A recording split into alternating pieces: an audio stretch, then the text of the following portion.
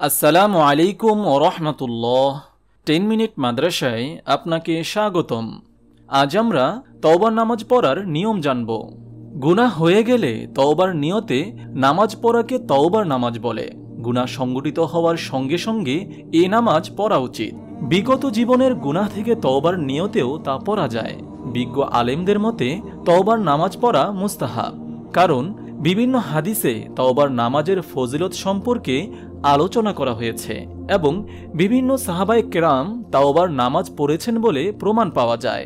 আসমা ইবনুল হাকাম রহমতুল্লাহি আলাইহি থেকে বর্ণিত, তিনি বলেন, আমি আলী রাদিয়াল্লাহু তাআলা আনহুকে বলতে শুনেছি। তিনি বলেন, আবু বকর রাদিয়াল্লাহু তাআলা আনহু আমাকে একটি হাদিস বর্ণনা করেছেন এবং তিনি সত্যই বলেছেন।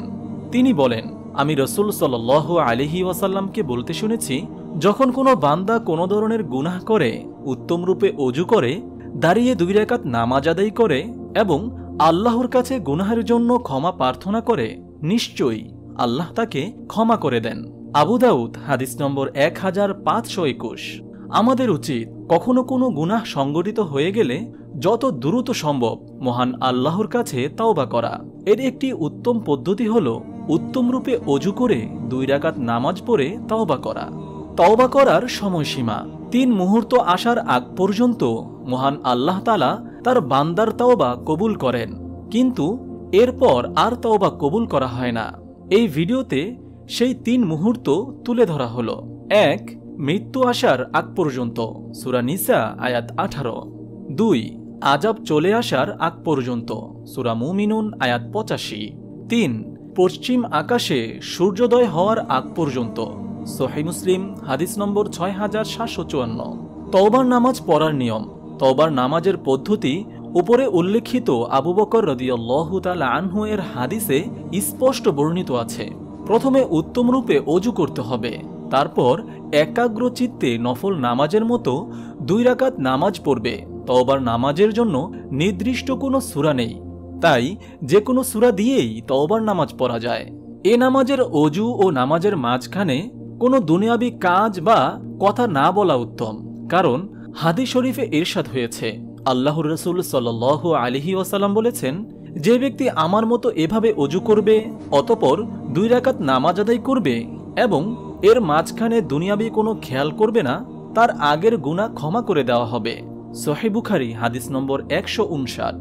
নামাজ শেষে আল্লাহর তাসবিহ পড়বে, আল্লাহর প্রশংসা করবে এবং ইস্তেগফার পড়ে মহান আল্লাহর কাছে দোয়া করবে। তাওবার দোয়া। তাওবার শ্রেষ্ঠ দোয়া হলো সাইয়্যিদুল ইস্তেগফার, আর তা হলো, আল্লাহুম্মা আনতা রাব্বি লা ইলাহা ইল্লা আনতা খলাকতানি ওয়া আনা আবদুকা ওয়া আনা আলা আহদিকা ওয়া ওয়া'দিকা মাস্তাতা'তু আউযু বিকা মিন শাররি মা সানা'তু আবুউ লাকা বিনি'মাতিকা আলাইয়া ওয়া আবুউ বিযামবি ফাগফিরলি ফাইন্নাহু লা ইয়াগফিরুয যুনুবা ইল্লা আনতা। অর্থ, হে আল্লাহ, আপনি আমার রব, আপনি ছাড়া কোনো উপাস্য নেই। আমাকে আপনি সৃষ্টি করেছেন, আমি আপনার বান্দা। আমি যথাসাধ্য আপনার সঙ্গে কৃত প্রতিশ্রুতির উপর প্রতিষ্ঠিত থাকব। আমি আমার নিকৃষ্ট আমল থেকে আপনার কাছে আশ্রয় চাই। আপনার যে অসংখ্য নেয়ামত ভোগ করছি, এজন্য কৃতজ্ঞতা স্বীকার করছি।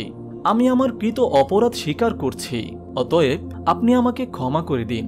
আপনি ছাড়া অপরাধ ক্ষমা করার কেউ নেই। আবু দাউদ হাদিস নম্বর 5070। উল্লেখ্য, কারো এই দোয়া মুখস্থ করা সম্ভব না হলে সে নিজের ভাষায়ও মহান আল্লাহর কাছে কান্নাকাটি করে তওবা করতে পারবে। ইনশাআল্লাহ মহান আল্লাহ ক্ষমা করে দিবেন। মহান আল্লাহ তাআলা আমাদের সকলকে তওবার নামাজ পড়ে কৃত অপরাধের জন্য ক্ষমা পাওয়ার তৌফিক দান করুন, আমিন।